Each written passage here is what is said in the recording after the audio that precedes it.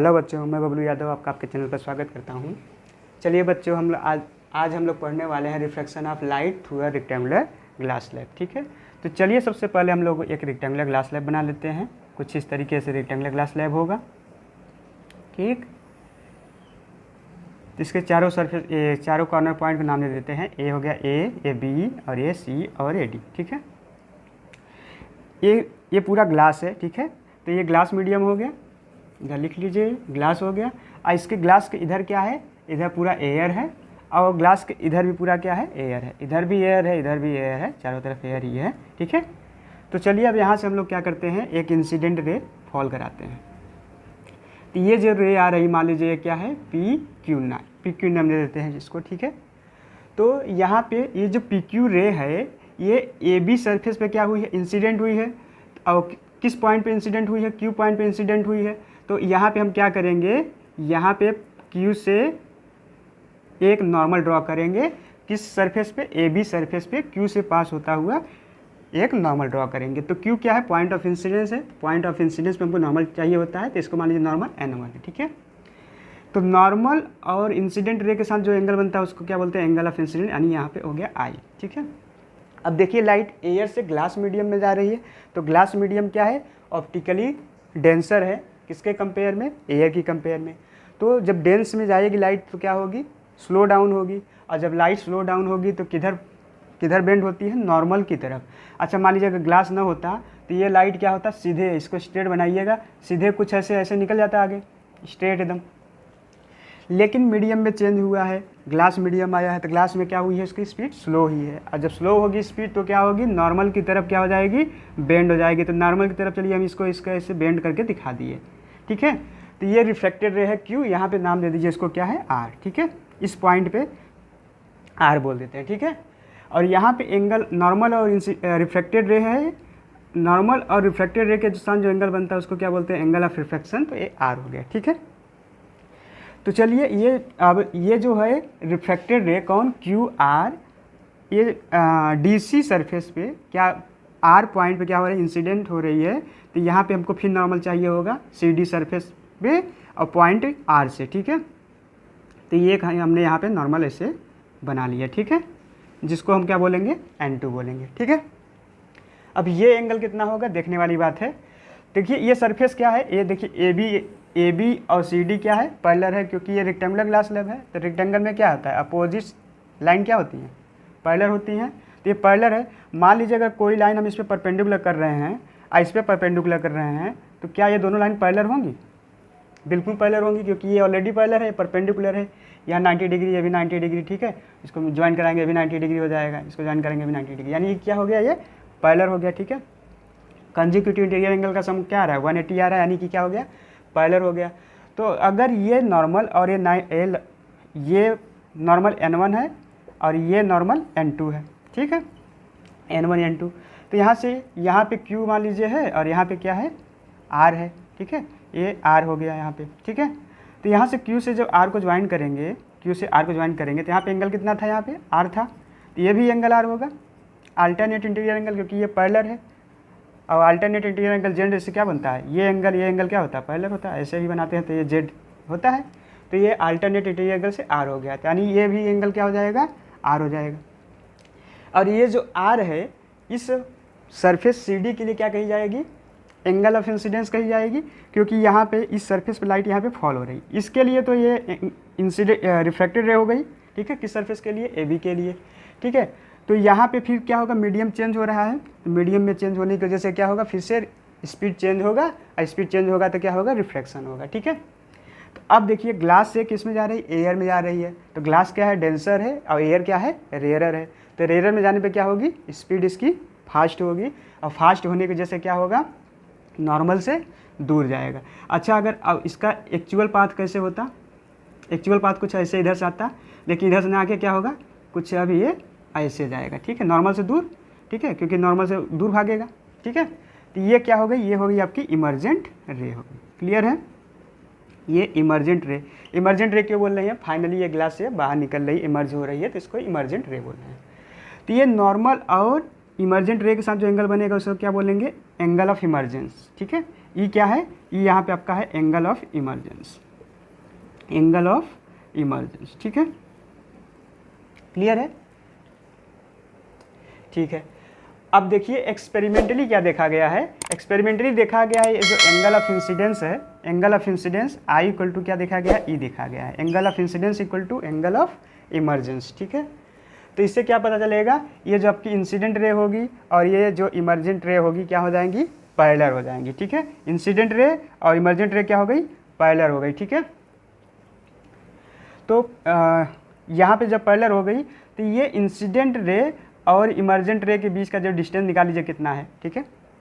Incident ray और emergent ray के बीच का परपेंडिकुलर डिस्टेंस, जिसको आप शॉर्टेड डिस्टेंस बोल सकते हैं। तो यहाँ से हमने क्या किया, ये जो इंसिडेंट रे थी इसका एक्चुअल पाथ ये था, ठीक है। एक्चुअली ये इंसिडेंट रे ऐसे ही होती, तो ये लाइट अगर ऐसे जा रही थी, ऐसे में जाके क्या हुई, कुछ अब यहाँ से ऐसे निकल रही है, शिफ्ट हो गई, ये इससे था, यहाँ से जंप होकर इतना शिफ्ट हो गई, कितना शिफ्ट हो गई, उसी के क्या बोलते हैं, लेटरल शिफ्ट बोलते हैं या लेटरल डिस्प्लेसमेंट, ठीक है। इसको लिखेंगे लेटरल डिस्प्लेसमेंट लिखेंगे, और लेटरल डिस्प्लेसमेंट को हम किससे डिनोट करेंगे, यहाँ पे डी से डिनोट करेंगे, ठीक है। आप एक्स से भी डिनोट कर सकते हैं, हम यहाँ पे डी से डिनोट करने वाले हैं, क्लियर है। तो एक्चुअली लेटरल डिस्प्लेसमेंट क्या है, लेटरल डिस्प्लेसमेंट एक डिस्टेंस है, और भी कैसे डिस्टेंस है, परपेंडिकुलर या शॉर्टेज डिस्टेंस है, किसके बीच की, between incident ray and emergent ray. तो लेटरल डिस्प्लेसमेंट को कैसे डिफाइन करेंगे, the shortage distance between the incident ray and emergent ray is known as lateral displacement, clear है। तो चलिए बच्चों, अब हम लोग नेक्स्ट टॉपिक करने वाले हैं कि ये जो हमारी लेटरल डिस्प्लेसमेंट आई थी, यानी इंसिडेंट रे और इमरजेंट रे की जो बीच की जो शॉर्टेज डिस्टेंस थी, एक किन किन चीज़ों पे डिपेंड करेगी, या कौन कौन से फैक्टर हैं जो लेटरल डिस्प्लेसमेंट को अफेक्ट करेंगे, ठीक है। तो चलिए, ये जो है बी से सी तक की डिस्टेंस मान लीजिए, यानी कि इसको हम क्या बोलेंगे, थिकनेस बोलेंगे, कितनी है, टी है, ठीक है। थिकनेस क्या है, टी है। तो लेटरल डिस्प्लेसमेंट का एक फार्मूला होता है, उसको याद कर लेंगे तो ये फैक्टर्स बताना बड़ी आसानी होगी, ठीक है। तो लेटरल डिस्प्लेसमेंट डी का फार्मूला क्या होता है, टी इंटू आई, आई क्या है, एंगल ऑफ इंसिडेंस है, और टी क्या है, थिकनेस है किसका, ऑफ ग्लास स्लैब, ठीक है। ग्लास स्लैब यानी कि ग्लास का ही एक छोटा सा टुकड़ा है, और ये क्या आएगा, 1 - 1 अपॉन म्यू। म्यू क्या है, म्यू जो यहाँ पे है refractive index of the glass है, ठीक है, ठीक है। तो ये फार्मूला याद रखेंगे तो बड़ी आसानी से फैक्टर्स बता पाएंगे, ठीक है। तो चलिए पहला फैक्टर देखते हैं कौन सा, एंगल ऑफ इंसिडेंस, ठीक है, एंगल ऑफ इंसिडेंस आई, ठीक है। चलिए, तो लेटरल डिस्प्लेसमेंट डी देखिए क्या है, डायरेक्टली प्रोपोर्शनल है एंगल ऑफ आई के, क्योंकि आई क्या है, आई क्या है, टी से प्रोडक्ट हो रहा है इधर, तो यानी क्या है, आई अगर ज़्यादा होगा तो मल्टीप्लाई करने पे इधर वाली क्वांटिटी क्या आएगी, ज़्यादा आएगी। तो यानी कि डी क्या है, डायरेक्टली प्रोपोर्शनल टू आई, यानी कि लेटरल डिस्प्लेसमेंट ज़्यादा होगा कब, जब एंगल ऑफ इंसिडेंस ज़्यादा होगा, ठीक है, क्लियर है। एंगल ऑफ इंसिडेंस कम होगा तो लेटरल डिस्प्लेसमेंट भी क्या होगा, कम आएगा, ठीक है। यानी ये एंगल ऑफ इंसिडेंस, यानी कि आप नॉर्मल साथ इसको अगर क्या करें, एंगल बढ़ाते जाएं तो ये लेटरल शिफ्ट भी क्या आएगा आपका, ज़्यादा आएगा। यानी ये क्या होगा, ये इमरजेंट रे, ये देखिए अगर इसको फैलाएंगे तो ये थोड़ा सा इधर जाने का प्रयास करेगा, ठीक है। इसका ओरिजिनल पाथ हम कुछ ऐसे दिखाएंगे, तो ये डिस्टेंस देखिए ऑब्वियस सी बात है क्या हो जाएगा, इंक्रीज़ हो जाएगा। यानी लेटरल डिस्प्लेसमेंट क्या हो जाएगा, इंक्रीज़ हो जाएगा कब, जब एंगल ऑफ इंसिडेंस को हम इंक्रीज़ कराएं, ठीक है। और दूसरा देखिए थिकनेस भी डायरेक्टली मल्टीप्लाई हो रहा है, ठीक है। तो यानी कि दूसरा अगर हम फैक्टर देखें थिकनेस पे, तो थिकनेस पे क्या होगा, डायरेक्टली प्रोपोर्शनल इसके ही होगा। लेटरल डिस्प्लेसमेंट क्या है, डायरेक्टली प्रोपोर्शनल थिकनेस है, यानी कि अगर थिकनेस ज़्यादा होगा तो लेटरल डिस्प्लेसमेंट क्या होगा, वो भी ज़्यादा होगा, ठीक है। और लेटरल डिस्प्लेसमेंट कम होगा कब, जब थिकनेस क्या होगा, कम होगा। थिकनेस किसकी बात हो रही है, ग्लास स्लैब की, ठीक है। एंड थर्ड पॉइंट क्या है इसमें फार्मूले में क्या है, एक दो हो गया, तीसरा रिफ्रैक्टिव इंडेक्स आ रहा है, ठीक है। तो रिफ्रैक्टिव इंडेक्स पे किस तरीके से डिपेंड करेगा, ठीक है। अब जरा देखिए रिफ्रैक्टिव इंडेक्स इसमें क्या आ रहा है, 1 अपॉन म्यू आ रहा है, ठीक है, ठीक है, डायरेक्टली नहीं आ रहा है, तो 1 अपॉन म्यू आ रहा है। जब अगर म्यू बढ़ाएंगे, अगर म्यू इंक्रीज करेंगे तो क्या होगा, ध्यान से देखिएगा, अगर म्यू बहुत ज़्यादा होगा तो 1 अपॉन करेंगे क्या आएगा, वैल्यू बहुत कम आएगा, ठीक है। म्यू बहुत ज़्यादा होगा तो 1 अपॉन, जैसे कि मान लीजिए मैं म्यू मान लीजिए मैंने ले लिया कितना, 2 ले लिया, ठीक है। तो अगर 1 अपॉन करेंगे कितना आ जाएगा, 1 अपॉन 2 करेंगे कितना आ जाएगा, 0.5 आ जाएगा। ये 2 मतलब म्यू को और बढ़ा दीजिए तो ये वैल्यू और कम आएगी, ठीक है, और कम आएगी। और जित कम आएगी तो 1 में से माइनस करेंगे, 1 में से कम चीज़ को माइनस करेंगे तो क्या आएगा, ज़्यादा आएगा। और वहीं पे 1 में से ज़्यादा चीज़ को माइनस करेंगे तो कम आएगा ना। और कब ज़्यादा माइनस करेंगे, जब म्यू की वैल्यू बहुत ही कम हो, ठीक है। इस तरीके से अगर म्यू की वैल्यू ज़्यादा है तो 1/म्यू की वैल्यू क्या आएगी, कम आएगी। 1 माइनस करेंगे 1/म्यू को तो वैल्यू ज़्यादा आएगी। तो यानी कि जब रिफ्रैक्टिव इंडेक्स ज़्यादा हुआ तो लेटरल डिस्प्लेसमेंट भी क्या हुआ, ज़्यादा हुआ, ठीक है, क्लियर है। और रिफ्रैक्टिव इंडेक्स ज़्यादा हुआ इसका मतलब क्या है कि इसमें स्पीड बहुत ही कम हो जाए, ठीक है।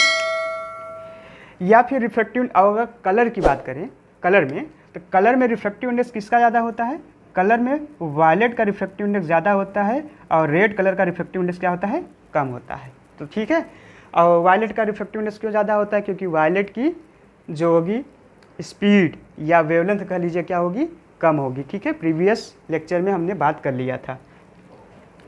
तो यानी कि अगर रिफ्रैक्टिव इंडेक्स वायलेट का ज़्यादा है और जिसका रिफ्रैक्टिव इंडेक्स ज़्यादा है उसका लेटरल डिस्प्लेसमेंट ज़्यादा है, तो लेटरल डिस्प्लेसमेंट किसका ज़्यादा आएगा, लेटरल डिस्प्लेसमेंट आपका वायलेट कलर का ज़्यादा आने वाला है, ठीक है।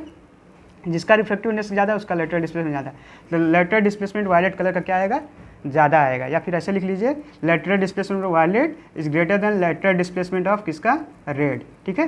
तो रेड का लेटरल डिस्प्लेसमेंट कम आएगा क्योंकि रेड का रिफ्रैक्टिव इंडेक्स क्या होता है, कम होता है। क्लियर है, थैंक यू।